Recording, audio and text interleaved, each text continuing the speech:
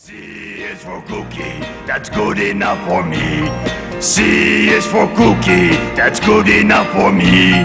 C is for cookie, that's good enough for me. Oh, cookie, cookie, cookie starts with C. Oh, C is for cookie, that's good enough for me. Hello, I'm Caveman, and welcome to MediaWhorz. Today we're taking a look at the 1991 animated film, Vampire Wars. So let's turn off the lights, set up our sparkly space vamps as nightlights, and prepare to get into the horror of this film as I throw it to the round table. Alright, plot summary. Boy meets girl, girl is alien vampire thing, shit ensues, boy gets girl. Golden vampires.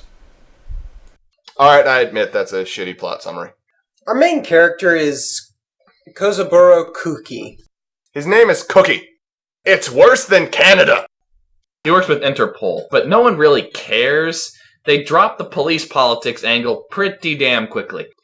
This film starts out with an attack on a NASA base in Arizona.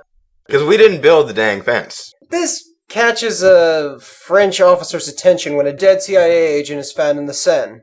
We don't know. I've got a summary open in front of me, and I don't know. Alien vampires. Alien vampires with magic and alien vampires with science that fight each other. The setup for trying to create a plot for this is so flimsy that they just drop it. They have vampires that kind of act like vampires that are all golden and shiny. Actually, this is one of the cooler times a vampire's been shiny. I was like, oh god, he has a sparkle mode and he's cool. He was murking people in that sparkle mode. He was awesome, way cooler than Cookie.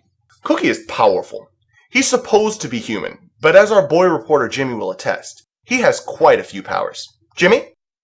Other than his super neck, which composes 33% of his body. Super strength.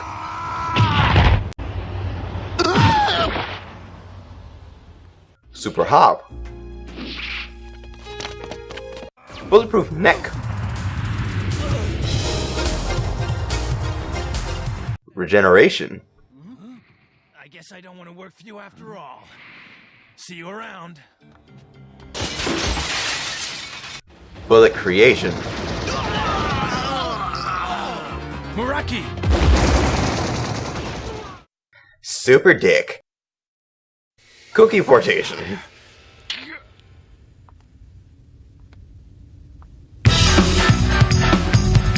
Hey, Goldilocks! Turn around real slow and get your hands up where I can see him. Super liver. And Tron vision.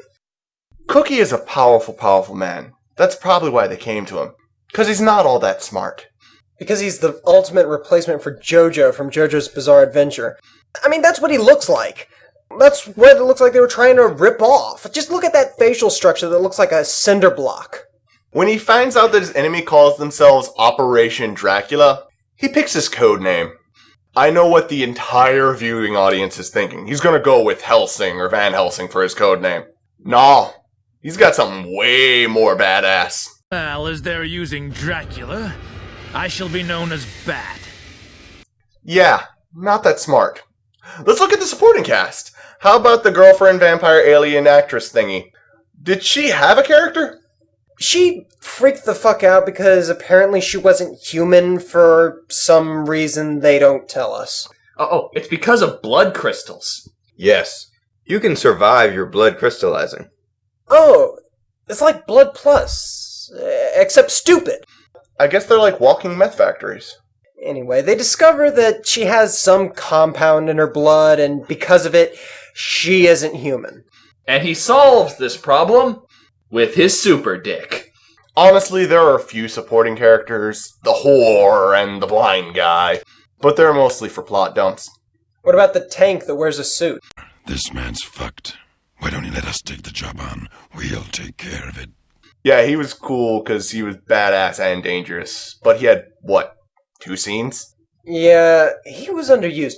I expected him to be a robot. I find your lack of faith disturbing. God, didn't they kill him by dropping a bat bomb on him? No, he just jumps out of a helicopter piloted by the actress's mother. Why, I don't know. Because she's the Omni role. It was probably like, we need a pilot, but we don't want to use some generic pilot. Let's use the mom.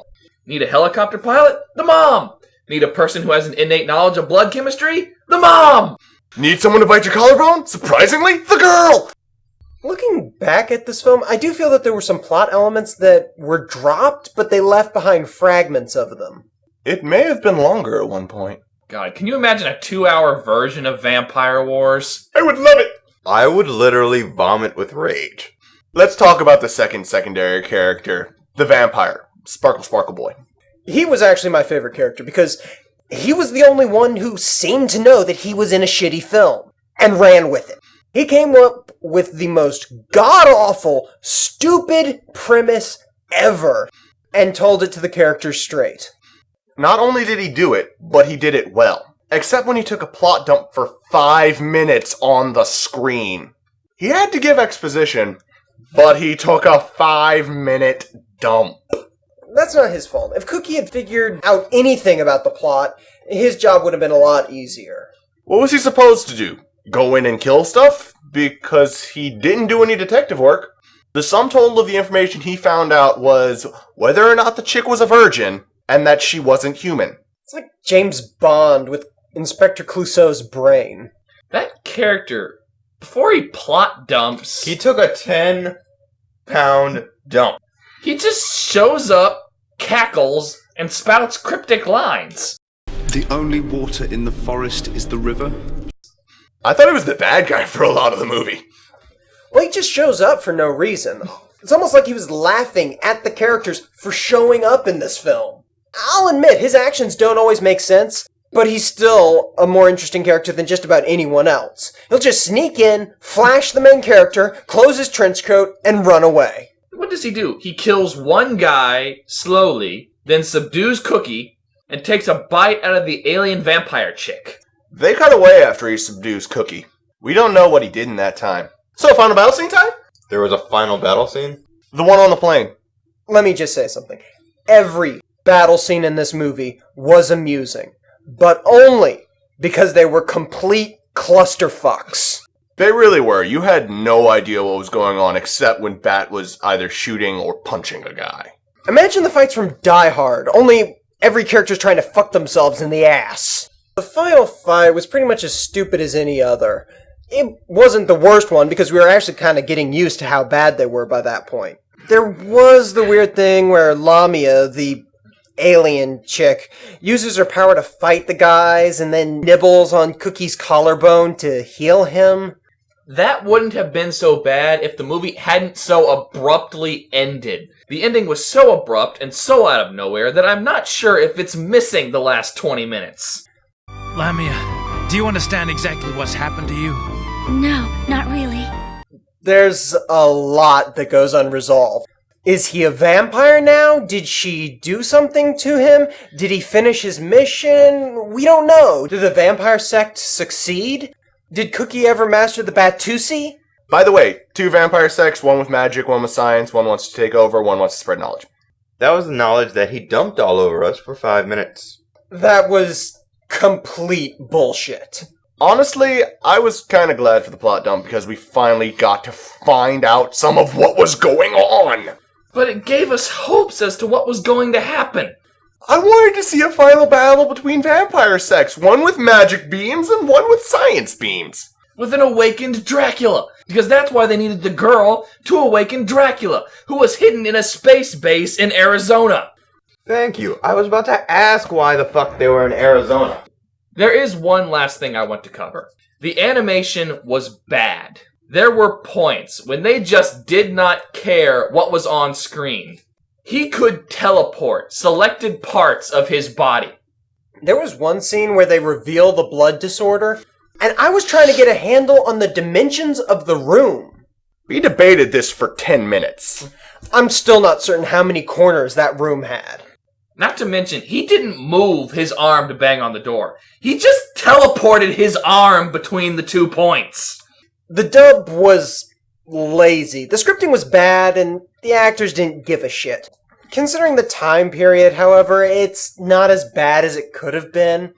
The script writing is still god-awful, but I can forgive the writer for that because, well, look what the fuck he had to work with. However, the original script was still terrible. From the perspective of a nerdy comic book reader, I could make this concept work. I could take alien vampires that use science and others that use magic, they're at war, secret agent codenamed Bat who comes in knowing nothing, and an alien chick. I could work with it. I could make it good. This wasn't. One problem with that theory. Bat. I could do it! I would make it his special weapon. He finishes the fights with a bat. That would be a 10th power. He summons a bat. Oh god, he has summoned familiar. Let's wrap this shit up. There are two faces to every nerd, the intelligent side and the geeky idiot who wants to see shit blow up. I'll be reviewing this as both of them. This movie's plot was next to non-existent, and when we found it out, it made no sense. The titular war was non-existent. The animation ranged from poor to shit. The characters were bad, as was the entire movie. But it was fun to make fun of. I enjoyed riffing on this movie. I enjoyed the horrible fight scenes because they were just confusing enough to be funny. The characters were the funny kind of bad, and honestly, I'm gonna watch it again. But as a reviewer, I'm gonna have to say this movie is the essence of a turd blossom. It's funny, but it's utter shit. 3 out of 10. You know, I would have probably given this a higher rating if it wasn't for the plot dump at the end. I knew it was terrible from the first 2 minutes, but it was the enjoyable kind of terrible that I've watched for so long, where the dialogue is terrible, the characters are idiots, and the plot is there for stupid shit to happen on screen. I could even sometimes forgive the annoyingly shitty animation because it gave me something fun to rant about. I wish my arm could teleport. But that plot dump at the end made them just do sort of a huge about face as to what they were trying to focus on, and tried to shift the tone of the film to something it was not for the past 35 minutes. And their attempts to make the rest of the movie match the plot dump failed miserably. So they shouldn't have added it in the first place. As much as I was laughing my ass off getting through the first half hour of this movie, that last 15 minutes where they tried to make it something serious just irritated me to no end. So I can't give it anything more than a turd blossom. You're a saint. This movie was abysmal. It felt like the coked out dream of a 5-year-old who had just seen a combination of Dracula and Harry Potter. Now I am sure that when the kid comes down off this high, he will be able to write something much better than this, because this was the epitome of terrible. I feel that the writer came in 5 minutes before, was like, Vampire Wars. Wrote some shit on a page and threw it at the animators. Then the animators, possibly snorting some cocaine, just put some shit down and threw it on a DVD. This was abysmal. I feel that everyone in association with this should try to have it expunged from their record, due to the fact that if anyone walks into a job interview with this shit, they will be shot. I'm gonna give this a 2. Why have you forsaken me? And I really want to find the people responsible for this and punch them in the stomach. This was terrible, and I never want to see it again. If anyone tries to show it to me again, I will punch them in the stomach. That being said, I'm giving this a why have you forsaken me. There, I've had my rant. This was a stupid film. It has an erroneous title. This film has about as much to do with vampires as the Home and Gardening Network has to do with the films of Mandingo. It's very hard to understand the plot, in part because it's hard to pay attention to the characters because you're always getting distracted by some stupid thing that's been said or some poorly animated thing in the background. The film is still oddly enjoyable because of how humorously bad it is. It never made me angry or disgusted. It's just an ungodly level of stupid. I like vampires quite a bit. I enjoy Anne Rice. I like checking out vampire movies and series. I'm not a fanatic, so I don't mind seeing twists on the concept. But this is just wacky and weird. I honestly have no idea what was going through the creators' minds.